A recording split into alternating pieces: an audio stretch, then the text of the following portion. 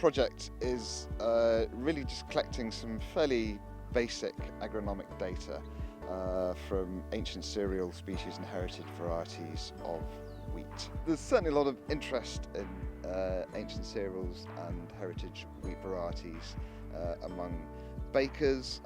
Certainly producing really good quality bread is something that's becoming increasingly important. People are really quite interested in. I wanted to be involved with this because I grow ancient varieties myself, and I wanted to see how they'd perform on a trial basis compared to modern variety. What we see behind us is different plots. We've got April bearded, we've got einkorn, and a modern variety of Malinka. So we've had two different seed rates, 80 and 120, on all three varieties, plus as well half the plots we've undersown with red clover.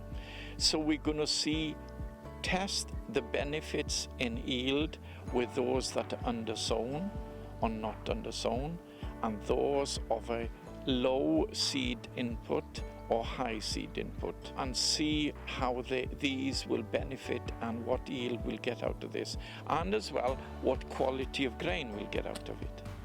I hope that the ancient varieties will show the full benefits of what we believe in, because I believe these are the crops of the future, because they'll sustain in climate change and they'll be more beneficial in climate change.